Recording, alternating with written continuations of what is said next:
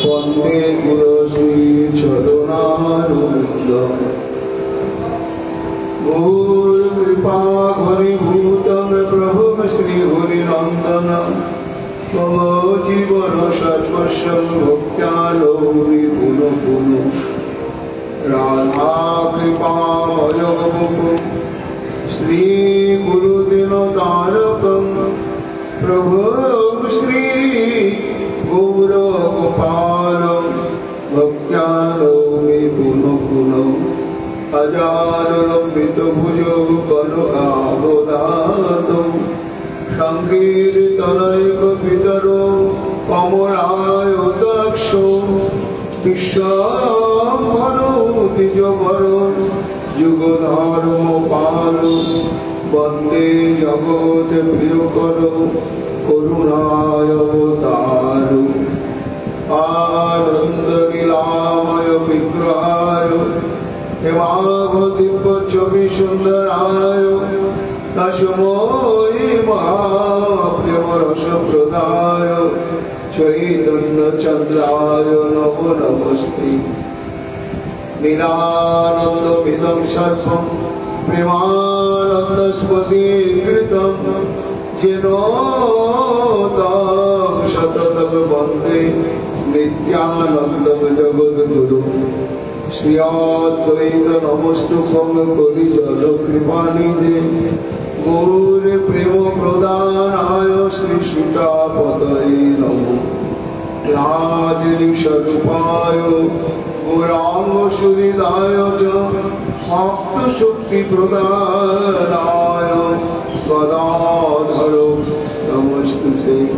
प्रणमामि श्रीवासन्तमातः पंडितं मुदा श्री गौरांग कृपा पात्रं कीर्तनानन्दमानसं। गौर प्रेम प्रदावैव सर्वत्र समुदर्शिने नारायण सुताय च श्रीमन्नरहरये नमः। वराभ्य विरामं मृगमदतिलकं कुण्डलाक्रान्तकण्ठं पञ्चाक्षं कुम्भकण्ठं स्मेत शुभगमुखं साधरनस्तवेणुं श्यामं शान्तं त्रिभङ्गं रविकरवसनभूषितं वैजयन्त्या वन्दे वृन्दावनस्थजुगतिशतप्रीतं ब्रह्मगोपालवेशम्। नमो नलिननेत्राय वेणुवाद्यविनोदिने राधाधनुषुदपनं शालिने वनमालिने। हे कृष्ण करुणा सिन्धो दीनबन्धु जगत्पते गोपेश गोपिकान्त राधाकान्त नमोस्तुते। मुखं करोति वाचालं पुंगुं लंघयते गिरिं यत्कृपातमहं वन्दे परमानन्दमाधवं। तप्तो काञ्चन गौराङ्गी राधे वृन्दावनेश्वरी वृषभानुसुते देवी तं नमामि हरिप्रिये। महाभावस्वरूपातं कृष्ण प्रिया भूयोषि प्रेमी भुक्ति प्रदे देवी राधिका तं नमाम्यहं। वन्दे नंद व्रजस्त्रीणां पादरेणुकविघ्नस्य यशाद्भुरि कथोद्गीतं पुनाति भुवनत्रयम्। चतुर्वदन ब्रह्मादिबाहुरुपरुपुरि अभालोचन शंकर भगवान पदरायणि। जग प्रभजन्तमनुपेतमपेतकृत् दैपायन विरह कातरयजुहाव।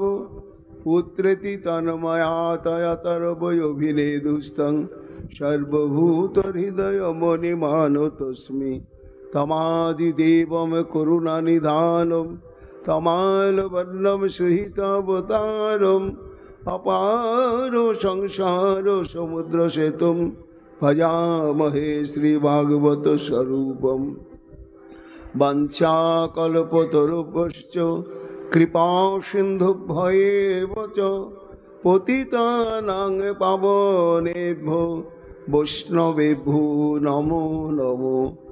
জয় রূপ সনাতন ভট্ট রঘুনাথ, শ্রীজীব গোপাল ভট্ট দাসের রঘুনাথ। ভক্তি ভরে বন্দি ছয় গোসাইয়ের চরণ, যাহা হইতে বিঘ্ন নাশ অভীষ্ট পূরণ। জয় গৌর ভক্তবৃন্দ, গৌর যাদের প্রাণ, সবে মিলে দেহ মোরে নিতাই গৌর ভক্তি দান।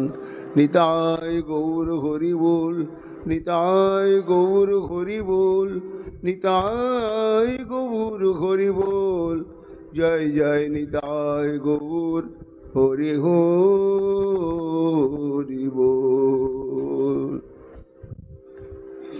রাধে রাধে রাধে, জয় জয় শ্রী রাধে। রাধে প্রাণ রাধে, রাধে রাধে রাধে, রাধে রাধে রাধে। তা দৃষ্টান্তিক মায়াতা ভগবান ব্রজ যোষিত, অবদদ বদতাং সৃষ্ট বাচ পেশর বিমোহয়ন। সর্ববেদান্ত সার, সর্বপুরাণ চক্রবর্তী, এতে চংশ কলাপুংস কৃষ্ণস্তু ভগবান স্বয়ং। সেই শ্রী গোবিন্দের শব্দ ব্রহ্মময় মূর্তি শ্রী শ্রীমদ্ ভাগবত মহাপুরাণে দশম স্কন্ধে 29তম অধ্যায়ে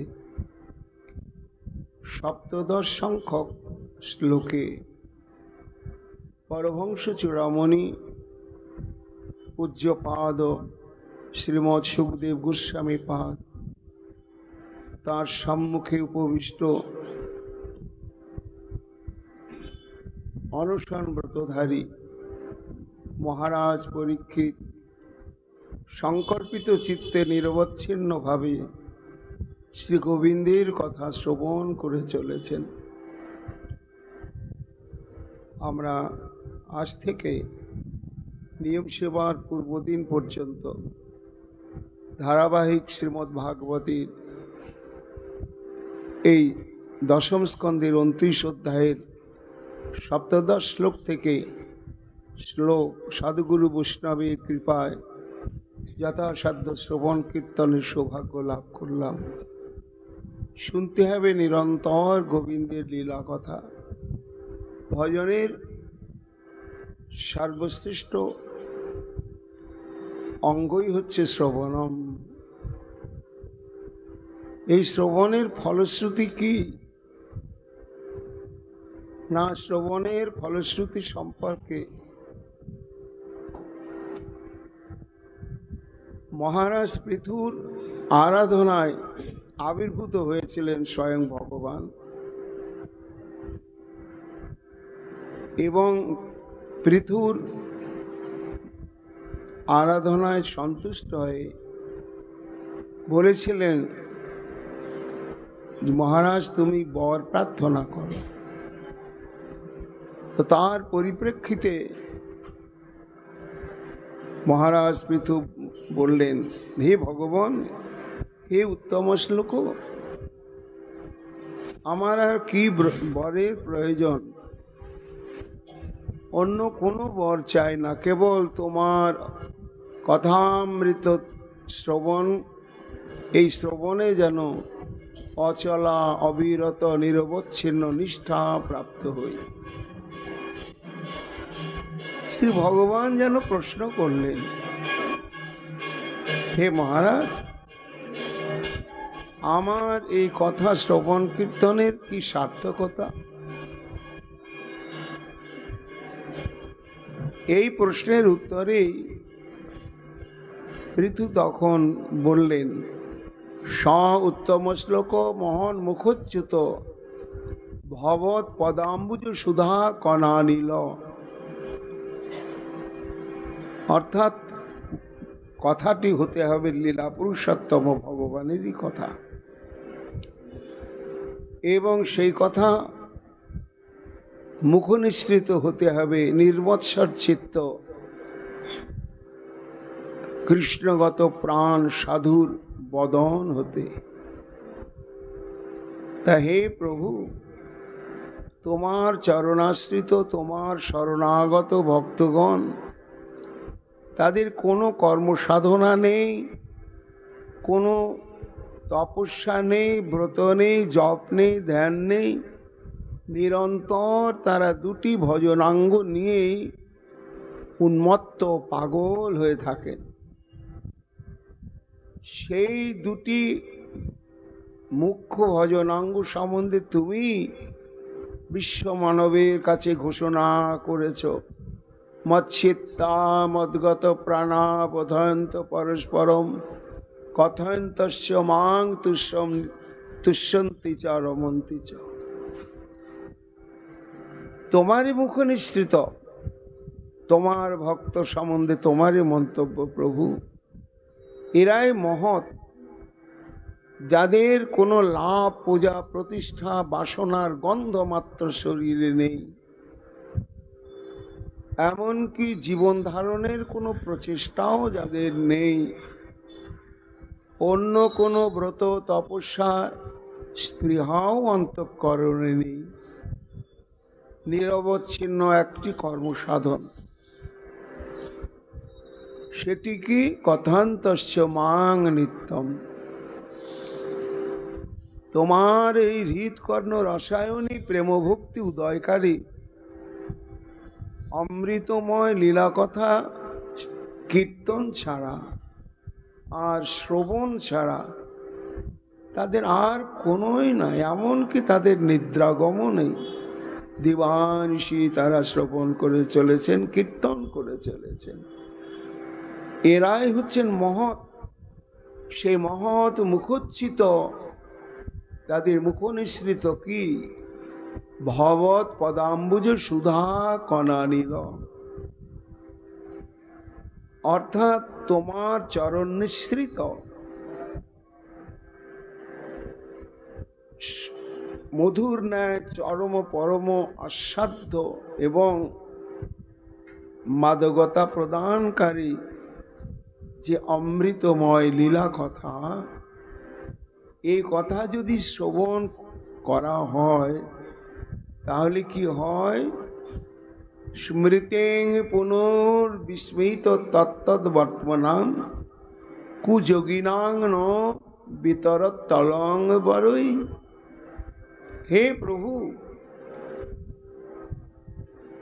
প্রত্যেকটি জীবাত্মার মধ্যেই শ্রীকৃষ্ণ স্মৃতি অনাদি অনন্তকাল থেকে বর্তমান। কেন না, জীবের স্বরূপ হয় কৃষ্ণের নিত্য দাস। এটি আমরা বিশ্বাস করি না করি, অনুভব করি না করি, সেটা আলাদা কথা, কিন্তু জীব মাত্রই হচ্ছে কৃষ্ণের নিত্যকালের জন্য দাস। তা এই যে নিত্য দাস সম্বন্ধ, তাহলে জীবের মধ্যে আমি যে কৃষ্ণের দাস,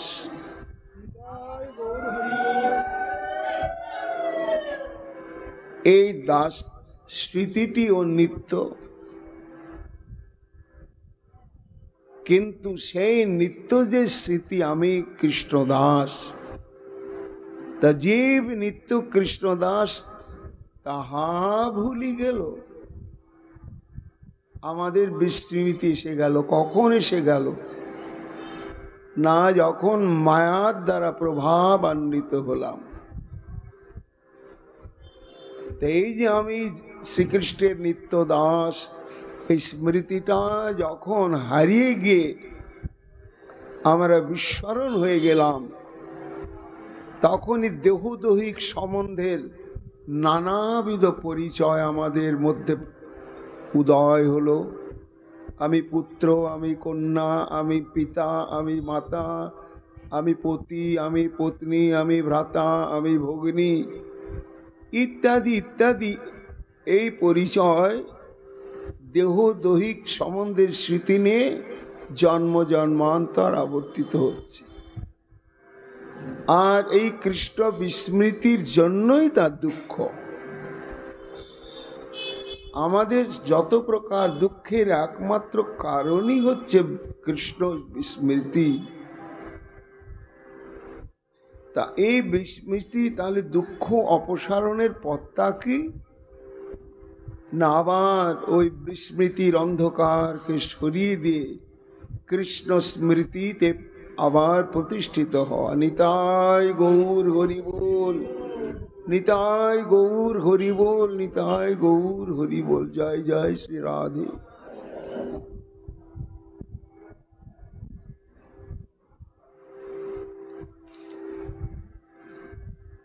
কৃষ্ণ স্মৃতিতে ফিরে আসা। যখনই জীবের অন্তঃকরণে আমি পিতা নয়, মাতা নয়, বন্ধু নয়, সখা নয়, পতি নয়, পত্নী নয়, আমি কে? আমি শ্রীকৃষ্ণের নিত্য দাস। এই স্মৃতিটি যখন অকৃত্রিম ভাবে অন্তরে উদয় হয়ে যায়, তখনই তার সমস্ত প্রকার তিতাপির বন্ধন খণ্ডন, ভগবত বিস্মৃতির থেকে সে নিষ্কৃতি পেয়ে সে তখন নিত্য শাশ্বত আনন্দ সমুদ্রে নিমজ্জিত হয়। কিসের দ্বারা হয়? সেই কথায় মহারাজ পৃথু ভগবানকে বলছেন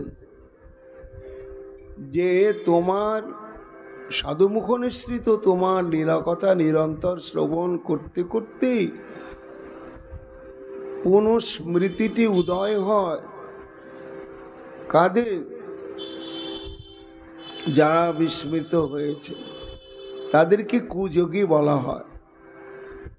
এই জন্য প্রভু তোমার কাছে যদি কারো কিছু চাইবার থাকে, তাহলে সে যেন একটাই বর প্রার্থনা করে, নিরন্তর তোমার লীলা কথায় যেন রুচি জাগে, আসক্তি জাগে, আর অন্য কোনো বরের প্রয়োজন নাই। এই জন্যই নিরন্তর আমাদের সাধু সঙ্গে এই ভাগবতী কথা শ্রবণ করতে হবে। কার মুখ নিঃসৃত? মহৎ মুখ নিঃসৃত। কে মহৎ? পরমহংস চূড়ামণি পরম পূজ্যপাদ শ্রীমৎ শুকদেব গোস্বামী পাদ, তারই মুখ নিঃসৃত কথাই তো শ্রীমৎ ভাগবত। তা তিনি রাসলীলা বর্ণনে প্রবৃত্ত হয়েছেন,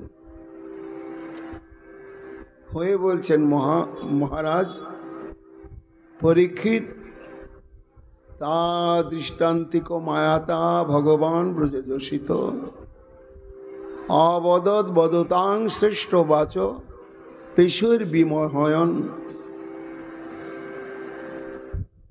অর্থাৎ ভগবান ও পিতা রাত্রি শারদুৎফুল্ল মল্লিকা বিক্ষরন্তু মনশ্চক্রে যোগমায়াম উপাশ্রিতা। শ্রী ভগবানের নানা প্রকার বৈশিষ্ট্য, তার মধ্যে তিনটি বৈশিষ্ট্য মুখ্য। একটি হচ্ছে শিক্ষা, সৃষ্টির বাসনা, আর একটি হচ্ছে রিরংসা, রমণ বাসনা, আর একটি হচ্ছে যুজুৎসা, যুদ্ধ বাসনা। তাই যে শিশ্রিক্ষা, সৃষ্টির বাসনা পূরণ, কেননা সৃষ্ট ব্রহ্মাণ্ড না হলে ভগবান ভৌম বৃন্দাবনকে প্রকটিত করতে পারবেন না। আর ভৌম বৃন্দাবন প্রকটিত না হলে অশেষ বিশেষে এই সখ্য বাৎসল্য মধুরাদি রস নির্যাস আস্বাদন সম্ভব নয়, নিত্য বৈকুণ্ঠাদিতে নেই। এই জন্য প্রাকৃত ব্রহ্মাণ্ড সৃষ্টির বাসনা এক। দ্বিতীয় কারণ, প্রলয়ের মুহূর্তে যে সমস্ত সাধক ভক্তগণের ভজন অপূর্ণ থেকে গেল, যারা সিদ্ধ স্বরূপে প্রতিষ্ঠিত হতে পারলেন না। ওই অবস্থায় মহাপ্রলয়ে তারা অন্তর্লীন হয়ে কারণ অর্ণব সায়ু মহাবিষ্ণুর অন্তরেই, তখন তাদের মধ্যে সেবা বাসনাটি অনন্ত সবসময় অনুরণিত হচ্ছে, ভগবানের অন্তরে অনুপ্রেরণা জাগাচ্ছে। আবার আমরা ভজনযোগ্য দেহ পেতে চাই, অসমাপ্ত ভজনকে সমাপ্ত করে তোমার সেবা সৌভাগ্য পেতে চাই প্রভু। সেই সমস্ত ভক্তগণের ভজন সম্পূর্ণ করবার জন্যই আবার ব্রহ্মাণ্ড সৃষ্টির প্রয়োজন। তাই তার বহিরঙ্গা শক্তি ত্রিগুণাত্মিকা প্রকৃতির সহযোগিতায় সৃষ্টি বাসনা পূরণ করে। তারপরে তার একটি বাসনা নিরংসা, রমণ বাসনা। কেন না, প্রকৃত পক্ষে তিনি তো আত্মারাম, নিরন্তর তার রমণ বাসনা, আমি রমণ করব। তো ভগবানের রমণ বাসনা পূরণ হবে কিসের দ্বারা? ভগবানের বাইরে তো কেউ নেই, আর ভগবান ব্যতিরেকেও কেউ নেই। প্রাকৃত জগতের কোন পুরুষের অন্তঃকরণে রমণ বাসনা জাগলে একটি সে প্রকৃতিকে পায়, তদ্বারা তার বাসনা পূরণ হয়। কিন্তু ভগবান অদ্বিতীয় তত্ত্ব বিশেষ, তাই সদ্বিতীয় মোচ্ছাত শ্রুতি বলছেন, উপনিষদ বলছেন, তিনি দ্বিতীয় হওয়ার বাসনা প্রকাশ করলেন। তখনই তিনি শক্তিমান স্বরূপ, তার ভেতরে যে ত্রিবিধা শক্তি, সেই শক্তির লাহাদিনী শক্তি স্বতন্ত্র প্রকাশিত হয়ে ভগবানের রমণ বাসনা পূরণের অভিলাষ পোষণ করলেন। তাই ভগবান কার সঙ্গে রমণ করছেন? না, নিজের শক্তির সঙ্গে শক্তিমান স্বরূপে রমণ বাসনা জাগলো। এই রমণ বাসনার উৎসভূমি দুই প্রকার। একটি জড়ীয় আত্ম সুখ প্রচেষ্টাময় জড় কামোত্থিত সম্ভোগ স্পৃহা, আর একটি হচ্ছে সসুখ বাসনা গন্ধ শূন্য প্রেমভূমির থেকে উত্থিত রমণ বাসনা। আমার গোবিন্দের স্বরূপই হচ্ছেন নিত্য শাশ্বত চিন্ময় সচ্চিদানন্দ বিগ্রহ। তার মধ্যে প্রাকৃত কাম বাসনার কোনো গন্ধ, কোনো সম্ভাবনাই নাই। তাহলে তার রমণ বাসনা হচ্ছে প্রেমভূমির থেকে উত্থিত। এবার এই রমণ ক্রিয়ার বিষয় তত্ত্ব তিনি আশ্রয়কে, না তারই স্বরূপ শক্তির প্রকাশ সমর্থারতি নায়িকাগণ, এই বৃন্দাবনের গোপিকাগণ। আজকে সেই গোপিকাগণকে নিয়েই ভগবানের রন্তং মনশ্চক্রে নিজেরই এই রমণ বাসনার ইচ্ছাটি জাগরিত হয়েছে। তো চাই শতকোটি গোপী বংশী বাদন করেছেন, এবং বংশী বাদনের মধ্যে একটি অদ্ভুত বৈশিষ্ট্যের সংবাদ প্রকাশ করলেন সুখদেব গোস্বামী পাদ মহারাজ। জগ কলং বামদৃশাং মনোহরম, জগ কলং বাঁশিটি বাজালেন গোপীগণকে আকর্ষণ করবার জন্য। কল অর্থাৎ কল সংযুক্ত ধ্বনিকে সম্পুটিত করে। কেন প্রশ্ন করছেন পরীক্ষিত গুরুদেব? সাধারণ বাঁশি না বাজিয়ে কল ধ্বনি স্বরযুক্ত মন্ত্র সম্পুটিত করে বাজানোর তাৎপর্য কি? আর এই কল ধ্বনি সম্পুটিত শব্দার্থই কি? এই পদেরই যখন মহাজন পদকবি গোবিন্দ দাস পদাকারে ব্যক্ত করছেন, তখনও তিনি বলছেন মুরলিক কল কলনি। ভাগবতের জগৌ কলং বামুদৃশং মনোহরম, আবার মহাজন পদাবলী তো বলা হচ্ছে যে মুরলিক কল কলনি। তাহলে এই কল শব্দের মধ্যে অন্তর্নিহিত তাৎপর্য কি? না, টিকাকার মহাজন বললেন ক ল ইকার চন্দ্রের গ্রহণে কাম বীজ সমৎপন্ন কহে বিজ্ঞজনে।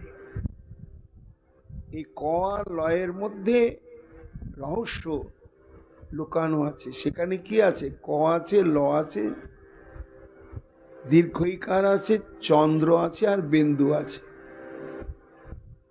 এই হচ্ছে কামবীজ সম্পটিত মন্ত্র। তাই আজকে শ্রী গোবিন্দ আমার বাঁশিটি বাজালেন কামবীজ সম্পটিত করে। কেন না, বামদৃশাং মনোহরাম।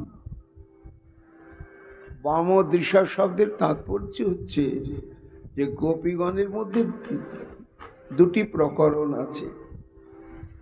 একটি বামা স্বভাববতী গোপিকাগণ, আর একটি দক্ষিণ স্বভাববতী গোপিকাগণ।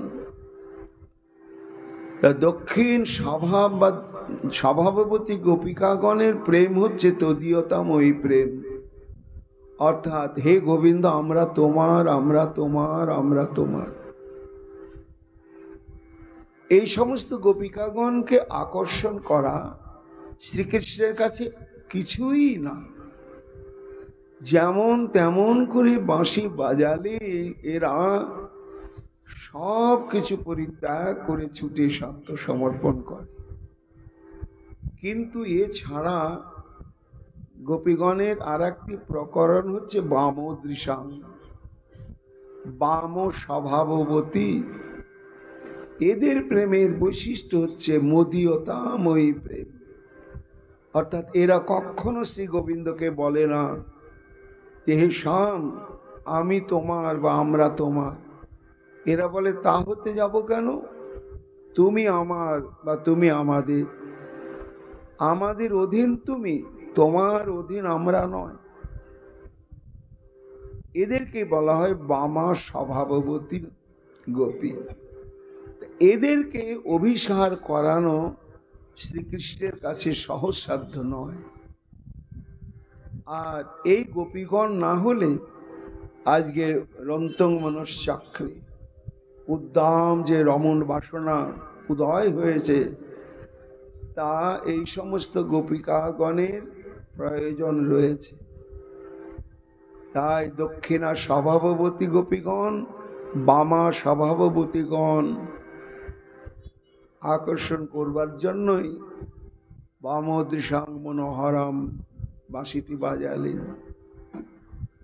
সেই বংশীধ্বনি শ্রবণ করলেন এবং সত্যি সব আকৃষ্ট হলেন। তা দৃষ্টান্তিক মায়াত ভগবান ব্রহ্মযোষিতাম। ভগবান শ্রী গোবিন্দ আমার বংশী বাদন করে বংশী পাটে দাঁড়িয়ে আছেন। জুথে জুথে গোপীগণ এসে শ্রী গোবিন্দকে ঘিরে ঘিরে দাঁড়ালেন গোবিন্দের নিকটে। যখন দাঁড়ালেন শোভাটি কেমন না, প্রেমের উদ্দাম উদ্দীপনায় গোপিকাগণ অবলীলাক্রমে ধৈর্য, লজ্জা, কুল, শীল, মান, সতীত্ব সমস্ত বিসর্জন দিয়ে উদ্ভ্রান্তা হয়ে ছুটে এসেছেন। এবং এমন ভাবে ছুটে এসেছেন যে আর একজন তার সঙ্গে সঙ্গে যাচ্ছে, কেউ কাউকে দেখতে পাচ্ছেন না, কেউ কাউকে চিনতেও পাচ্ছেন না, আমি একাই যাচ্ছি। গোবিন্দের কাছে সে যখন দাঁড়ালেন, প্রত্যক্ষ গোবিন্দকে দর্শন করার সঙ্গে সঙ্গেই তাদের পরিত্যক্ত লজ্জা আবার যেন সে উদয় হল। অবগুণ্ঠনবতী হয়ে গোবিন্দের দিকে আর নয়নে চেয়েছে, তারা অপেক্ষা করতে লাগলেন। সুকমণি বলছেন, ভগবান অবদৎ বদতাম শ্রেষ্ঠ। তখন ভগবান তাদেরকে সঙ্গে কথা বলতে শুরু করলেন। এই ভগবান শব্দটি একবার প্রথমে বলা হয়েছে ভগবান অপি তারাত্রি শারদোৎপল্ল মল্লিকা। আবার 17 নম্বর শ্লোকেতে সুকমণি ভগবান শব্দটি ব্যবহার করলেন, যে শব্দের তাৎপর্য হচ্ছে শ্রীকৃষ্ণ। শ্রীকৃষ্ণ তাদের সঙ্গে কথা বলতে উদ্যোগী হলেন। তা এই ভগবান শব্দের তাৎপর্য এখানে কি না, ভগ শব্দের সর্ববিধ ঐশ্বর্য, এই ঐশ্বর্য পরিপূর্ণতম ভাবে যাতে নিত্য বর্তমান তিনি ভগবান। আবার ভগবান শব্দের আরো একটি নিগূঢ় তাৎপর্য আছে। ভগ শব্দে হচ্ছে কাম। কোন কাম না, কাম সাম্যে তার নাম কাম হচ্ছে প্রেম। এই জন্য ভগ শব্দে যদি কাম হয়, বান তার সঙ্গে যুক্ত হলে এর অর্থ হয় কামবান, অর্থাৎ কামবান শ্রীকৃষ্ণ। কামবান মানে রমণ বাসনার দ্বারা যিনি উন্মত্ত অবস্থা প্রাপ্ত হয়েছেন, সেই গোবিন্দ আমার। তিনি কেমন না, বদতাম শ্রেষ্ঠ। এই অনন্ত কোটি ব্রহ্মাণ্ডে যত যত দেবলোকে কি মর্তলোকে কি তপলোকে কিংবা অধলোকে যত যত বাগ্মী রয়েছেন, বক্তা রয়েছেন, সমস্ত বক্তা কুলের মধ্যে শিরোমণি সদৃশ্য হচ্ছেন আমার শ্রী গোবিন্দ। তাই সুকমণি বললেন, মহারাজ বদতাং শ্রেষ্ঠ, বাগ্মী গণের মধ্যে তিনি হচ্ছেন সর্বশ্রেষ্ঠ। তা তিনি বলতে লাগলেন, কি বলতে লাগলেন? বাচ পেশৈর বিমোহন। বাচ পেশ, যার অনুবাদ হচ্ছে বাগ বিলাস। সমাগত গোপিকা গণের উদ্দেশ্যে শ্রী গোবিন্দ আমার এমন কিছু বক্তব্য বলতে শুরু করলেন, যে বক্তব্যের নিগূঢ় তাৎপর্য অনুভব করতে করতে সমস্ত গোপিকাগণ বিমুগ্ধ হয়ে পড়লেন। প্রশ্ন করছেন পরীক্ষিত, গুরুদেব এরকম করলেন কেন? না, শোনো মহারাজ, তার তাৎপর্য বলছি। বাগ্মী শিরোমণি কৃষ্ণ দেখেন চাহিয়া, আসে ব্রজ নারী যত আলু থালু হইয়া। শিথিল ছন্দ নিবিক বন্ধ, বিস্ত্রস্ত অরণা, সব এক কুণ্ডল দোলনী, এক নয়নে কাজর রেহ। এইভাবে এলো থেলো, যে যেমন অবস্থায় ছিলেন বংশীধ্বনি হওয়ার সঙ্গে সঙ্গে সে অবস্থায় ছুটে চলে এসেছেন। তাই আসে ব্রজ নারী যত আলু থালু হইয়া। লজ্জা ছাড়ি যবে তারা নিকটে আসিয়া, দাঁড়াইল তবে তাদের অন্তর বুঝিয়া। তারা দাঁড়ালেন। এটি তাদের জীবনের সার কর্তব্য, সার ব্রত অনুভব করেছেন যে আমাদের এই দেহের মধ্যে রয়েছে হৃদয়, হৃদয়ের মধ্যে রয়েছে প্রেম স্নেহ। তা এই প্রেম স্নেহ কার উদ্দেশ্যে হৃদয়ে বিধাতা প্রদান করেছেন? এবং যে স্নেহের অভিব্যক্তি নানা ভঙ্গিমায় প্রকাশিত হয় এই দেহ যন্ত্রের দ্বারা। কাজেই এই দেহ প্রাপ্তি, অন্তঃকরণ প্রাপ্তি, অন্তঃকরণে প্রেম প্রাপ্তি, এ প্রাপ্তির মূল উদ্দেশ্যই হচ্ছে গোপিকাগণকে কেউ শাস্ত্র পড়িয়ে পড়ে শেখায়নি। তারা আপনা আপনি বুঝেছেন যে একমাত্র ব্রজরাজ নন্দন শ্রীকৃষ্ণের জন্যই আমাদের দেহ, আমাদের এই মন, আমাদের এই প্রাণ সব শ্রীকৃষ্ণের জন্য। এবং এটাই উপযুক্ত সময়। কি সময়? না কৈশোর বয়স, যৌবনের প্রথম অবস্থা। কেন না 84 লক্ষ প্রকার জন্মের মধ্যে শ্রেষ্ঠ মানব জন্ম, আবার মানব জন্মের মধ্যে শ্রেষ্ঠ হচ্ছে কৈশোর বয়স। এই কৈশোর বয়সটি হচ্ছে একমাত্র গোবিন্দ সেবার বয়স। তাই তার অন্তর আত্মার আকর্ষণে প্রেমের গতিবেগে সর্বলঙ্ঘন করে ছুটে এসে দাঁড়িয়েছেন।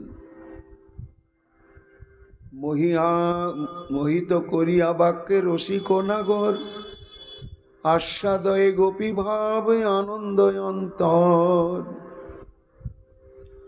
সুকমণি বলছেন, মহারাজ পরীক্ষিত, শ্রীকৃষ্ণ তখন তাদের প্রতি নানাবিধ অদ্ভুত অদ্ভুত প্রশ্নবাণ নিক্ষেপ করতে শুরু করলেন। কেন নিক্ষেপ শুরু করলেন? এবং এমন ভাবে সেই বাক্যবাণ প্রকাশ করতে লাগলেন, সেই বাক্যবাণকে বলা হচ্ছে বাক্যপেশ বা বাক বিলাস। বাক বিলাসের তাৎপর্য কি? না তাহা বলি শোনো সব রসিক শ্রোতাগণ, যাহার শ্রবণে সুখ পাবে অনুক্ষণ। বাক পেশ অর্থে কহে বাক্যের বিলাস, শাব্দিক আর্থিক তাহার দ্বিবিধ প্রকাশ। বিশেষ ধরনের বক্তব্য বা বাক্যকেই বলা হয় বাক বিলাস। সেই বিশেষ ধরনের বক্তব্যের আকৃতি প্রকৃতিটা কেমন হবে? যেমন আকৃতি প্রকৃতি হলে তার নাম হবে বাকবিলাস। সেই সম্বন্ধে টিকাকারগণ বলছেন যে এই বক্তব্যের দুটো দিক থাকবে, একটা শাব্দিক দিক আর একটা আর্থিক দিক। শাব্দিক দিকটা কেমন হবে? না, গোবিন্দ যে বক্তব্যটা বলছেন সেই বক্তব্যটি শব্দগুলো এবং বাক্য সংযোজন এত অদ্ভুত, এত উন্মাদক যে যার তুলনা হয় না। এখানে শব্দের মাধুর্য আর বাক্যের মাধুর্য, এবং তার সঙ্গে কি থাকবে না মুখভঙ্গিমা, কণ্ঠস্বরের মাধুর্য। এই অপূর্ব কণ্ঠস্বরের মাধুর্য এবং অদ্ভুত মুখভঙ্গিমাময় যে অদ্ভুত সুমিষ্ট শব্দ অলঙ্কারে পূর্ণ যে বাক্য, এই হচ্ছে শাব্দিক বাক্যপেশ। আর এর একটা আছে আর্থিক দিক। গোপীগণকে যে বক্তব্যগুলো বলতে চলেছেন গোবিন্দ আমার, তার অন্তর্নিহিত অদ্ভুত রহস্যময় তাৎপর্য রয়েছে। সেই তাৎপর্যের মর্ম একমাত্র গোপীগণই বোঝেন আর গোপীনাথই বোঝেন। আর যদি তাদের চরণ একান্তভাবে গুরু বৈষ্ণবের কৃপায় শরণাগত কেউ হতে পারেন, তারাই বুঝবেন। তাই মহাজন বলছেন, রসভাব অলঙ্কার যে বাক্যেতে হয়, তাহাকে আর্থিক বলি বিজ্ঞেতে কয়। এ দুয়ের পুনঃ হয় চতুর্বিধ অর্থ, বাগ্মী শ্রেষ্ঠ কৃষ্ণ মাত্র বলিতে সমর্থ। মহারাজ পরীক্ষিত প্রশ্ন করছেন, গুরুদেব আচ্ছা রাসলীলা করবেন ভগবান, এটাই তো তার ঐকান্তিক বাসনা, আর এই বাসনার পূরণের জন্যই তো তিনি গোপীগণকে আকর্ষণ করেছেন বংশীধ্বনির দ্বারা। হ্যাঁ মহারাজ,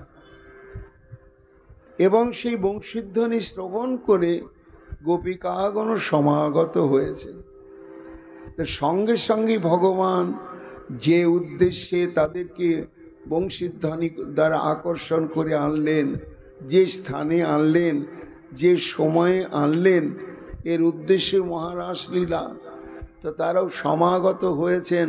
স্থানটাও রাসস্থলী। তো সঙ্গে সঙ্গে ভগবান রাসলীলা আরম্ভ করলেন না, না করে অদ্ভুত অদ্ভুত প্রশ্নবাণ ছুটতে শুরু করলেন। একটি নয়, দুটি নয়, 10টি বাণ নিক্ষেপ করেছেন গোবিন্দ।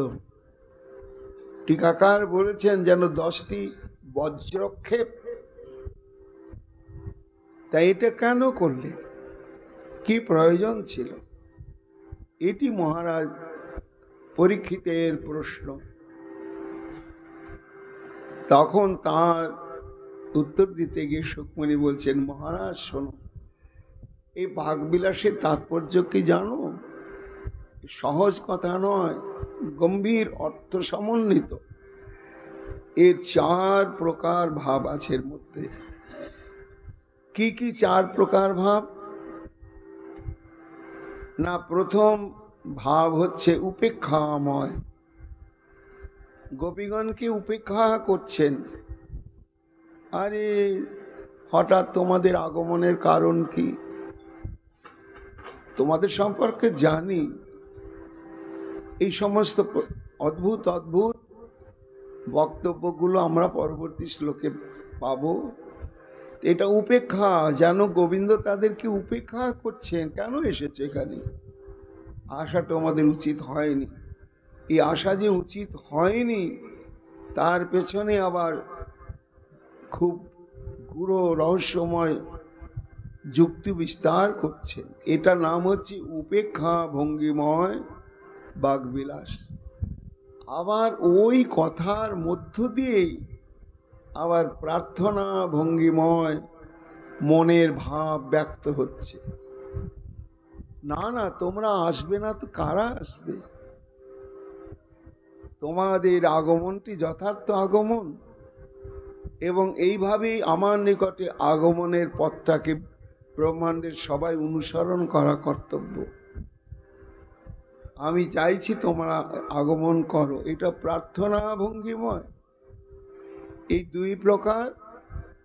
আর বাগবিলাসের 3য় প্রকার তাৎপর্য হচ্ছে যে প্রার্থনা ভঙ্গি এবং উপেক্ষা ভঙ্গি মেশানো বক্তব্য। বোঝা যাচ্ছে না ওকে আমাদেরকে চাইছে।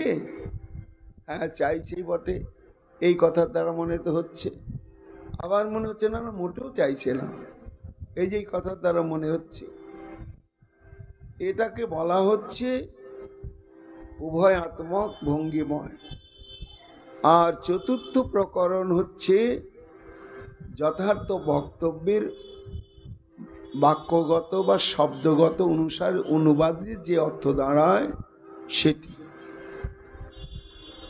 বক্ষমান কৃষ্ণ বাক্যে এই 4ই অর্থ, রসিক ভকত তাহা বুঝিতে সমর্থ। গ্রন্থ বিস্তার ভয়ে বই সে কেবল উপেক্ষা আর প্রার্থনা বর্ণিব সকল। অর্থাৎ সমস্ত টিকাকারগণই গোবিন্দের এই বাগবিলাসের উপেক্ষা ভঙ্গিময় এই অন্তর্নিহিত তাৎপর্যটাকে বিস্তৃতভাবে ব্যাখ্যা করেছেন। আর প্রার্থনা ভঙ্গিময় এও তাৎপর্য যে ওই একই বক্তব্যের মধ্যে নিহিত আছে, সেটাও বিস্তৃতভাবে ব্যাখ্যা করেছেন টিকাতে। কিন্তু বাকি যে উভয়াত্মক ভঙ্গিময় এবং যথার্থ ভঙ্গিময়, এই দুই প্রকার প্রকরণ অত গুরুত্ব দিয়ে তারা ব্যাখ্যা করেন নাই। ভক্তের আস্বাদ্য হচ্ছে এই দুটি ভঙ্গিতেই, এক প্রার্থনা ভঙ্গিময় আর একটা হচ্ছে উপেক্ষা ভঙ্গিময়। ইহাতে প্রার্থনায় অর্থ কৃষ্ণের হয় হাদ্য, গোপীর উৎকণ্ঠা বাড়ায় উপেক্ষায় মাত্র।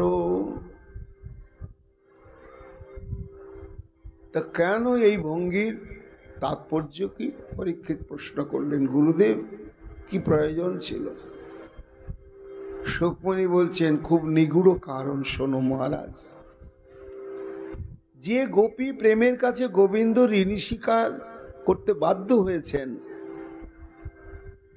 সেই গোপীগণের প্রেম কি জড় জগতের কোন যুবক যুবতীর প্রেমের মতো? না না না, সেই প্রেমের সংজ্ঞাটা কি? না, সেই প্রেমের সংজ্ঞা দিতে গিয়ে শ্রী রূপ গোস্বামী পাদ উজ্জ্বল লীলমণি গ্রন্থে বলছেন, সর্বথা ধ্বংস রহিতং সত্যাপি ধ্বংস কারণে যদ ভাব বন্ধনং জোন সপ্রেমা পরিকীর্তিত। প্রেমের সংজ্ঞা সর্বথা ধ্বংস রহিতম সত্যপি ধ্বংস কারণে। যে প্রেম প্রতি মুহূর্তে ধ্বংস হওয়ার কারণের সম্মুখবর্তী হয়, এমন এমন কারণ ঘটে যে প্রেম আর রাখা গেল না, যাবে না। কিন্তু এমতো অবস্থাতেও যে প্রেম অখণ্ডিত অবিকৃত অবস্থায় নিত্য বর্তমান থাকে, কাদের? অপ্রাকৃত নায়ক নায়িকা হৃদয়ে। এই রকম যে ভাববন্ধন, সেই ভাববন্ধনকেই বলা হয় প্রেম। এটি হচ্ছে প্রেমের সংজ্ঞা।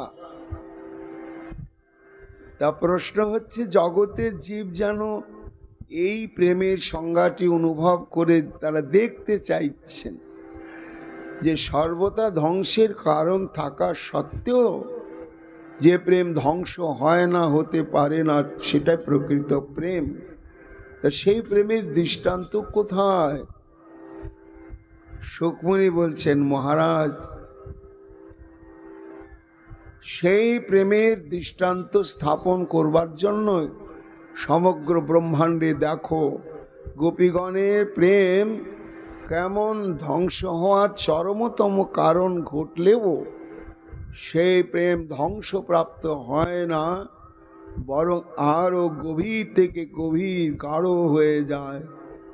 এই দৃষ্টান্তটি জগতের বুকে স্থাপন করবার জন্যই তিনি ঐকান্তিকভাবে তাদেরকে নিয়ে রমণ বাসনা পূরণ করবার অভিলাষে আমন্ত্রণ জানিয়ে বংশীবাদন করলেও উপেক্ষাময় ভঙ্গি দ্বারা জগৎকে তুলে ধরছেন। দেখো, যে কৃষ্ণের জন্য তারা সর্বধর্ম লঙ্ঘন করলেন, সেই কৃষ্ণ যদি তাদেরকে প্রত্যাখ্যান করে, তাহলে প্রেমের অস্তিত্ব কি করে থাকবে?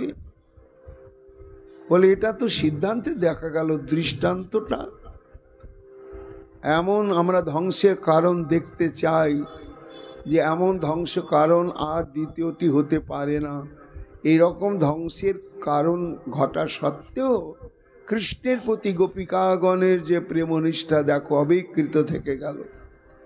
সুখমণি বলছেন, মহারাজ, এই দৃষ্টান্ত স্থাপনের জন্যই তাদেরকে আমন্ত্রণ করে ডেকে আনার পরেই যেন কিছুই জানেন না আশ্চর্যান্বিত হয়ে তাদের আগমনের কারণটা জিজ্ঞাসা করতে শুরু করলেন, এবং তাদের আগমনটাও যে বিধিসম্মত হয় নাই, তার পেছনেও নানা প্রকার শাস্ত্রের বর্ণিত যুক্তিজাল বিস্তার করতে শুরু করলেন। তা এই যে সর্বতা ধ্বংসরহিত, এই প্রেমের দৃষ্টান্ত স্থাপনের জন্য ভগবানের এই বাগ বিলাস। এ প্রেম কি ধ্বংস হয়? আশ্লেষ বা পাদরতাং পিনষ্টুমা মদর্শনান মর্মহতাং করতু বা যথা তথা বা বিদধাতু লম্পট মদ প্রাণনাথস্তু সএব না পর। রাধারানীর ভাবে আবিষ্ট শ্রী চৈতন্য মহাপ্রভু স্বরূপ রামারায়ের কণ্ঠ জড়িয়ে ধরে বলছেন, যতই ব্যথা দিক আর যতই উপেক্ষা করুক, আমার বন্ধু ছাড়া তো আমার কেউ নেই। আশ্লেষ বা পাদরতাং, মহাপ্রভু আবেশে নিজেই তার অনুবাদ করছেন।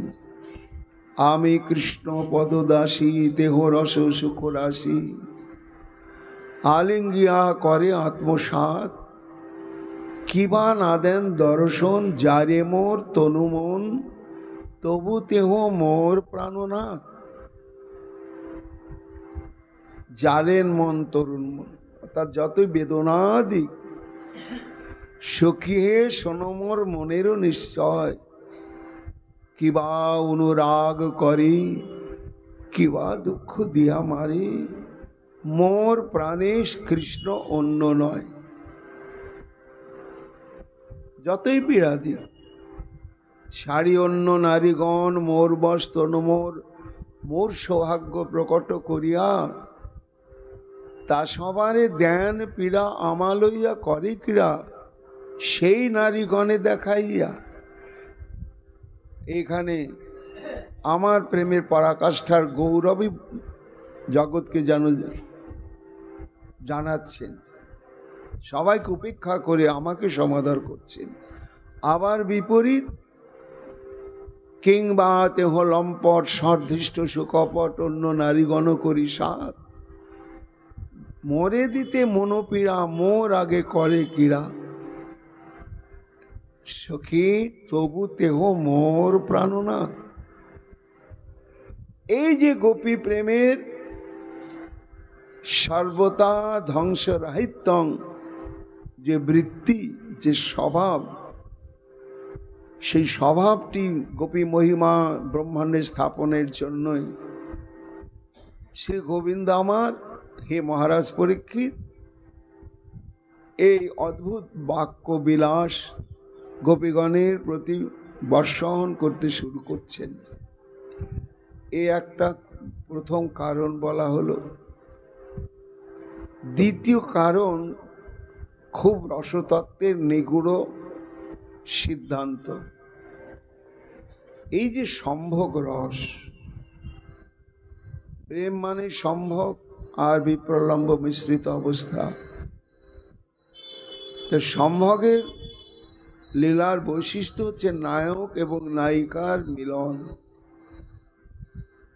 এই নায়ক এবং নায়িকার মিলনের একটা স্বাভাবিক ধর্ম ভরতমুনি থেকে আরম্ভ করে আমাদের রূপ গোস্বামী পাদ দৃষ্টান্তে স্থাপন করেছেন, যে নায়িকাগণেরই বাম্যতা প্রকাশ পায় অধিক, নায়কের বাম্যতা প্রকাশ পায় না। আর নায়িকার বাম্যতা প্রকাশ পায় বলি নায়কের অন্তঃকরণের প্রেম সহস্র ধারায় দুর্বার গতি সম্পন্ন হয় এবং উভয়ের মিলনে এক অনর্বচনীয় আনন্দ রস আস্বাদন হয়। তা শুকমুনি বলছেন, মহারাজ পরীক্ষিত, এই যে সম্ভোগ লীলাতে নায়িকার বাম্যতা নায়কের ক্ষেত্রে যেমন পরম কাম্য আস্বাদ্য এবং এটাই চিরাচরিত নিয়ম, কিন্তু আজকে শ্রী গোবিন্দের অন্তঃকরণে ঠিক তার বিপরীত বাসনা জেগেছে। কি জেগেছে না, প্রেমের আকর্ষণেই তো তারা এসেছে, আর আমিও তো প্রেমের আকর্ষণেই তাদেরকে ডেকেছি। কিন্তু আজকে আমি নায়িকা গণের ন্যায় নিজেই বামা স্বভাব বিশিষ্ট হব। আর ওদেরকে দক্ষিণা স্বভাব স্তরেতে দাঁড় করাবো, তাহলে কি অদ্ভুত রসাস্বাদন হয়। যেমন নায়ক নায়িকার সঙ্গে মিলতে গেলেই কিছুতেই সুযোগ দেন না, নানা রকম প্রতিবন্ধকতা সৃষ্টি করেন।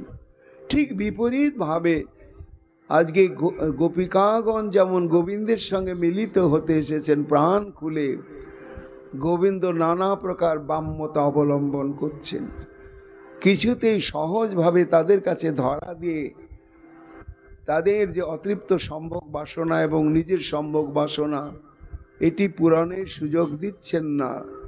এ একটি গোবিন্দের অদ্ভুত বাসনা। আর একটি বাসনা হচ্ছে কি, তৃতীয় বাসনা নিগূঢ়। সেই বাসনা হচ্ছে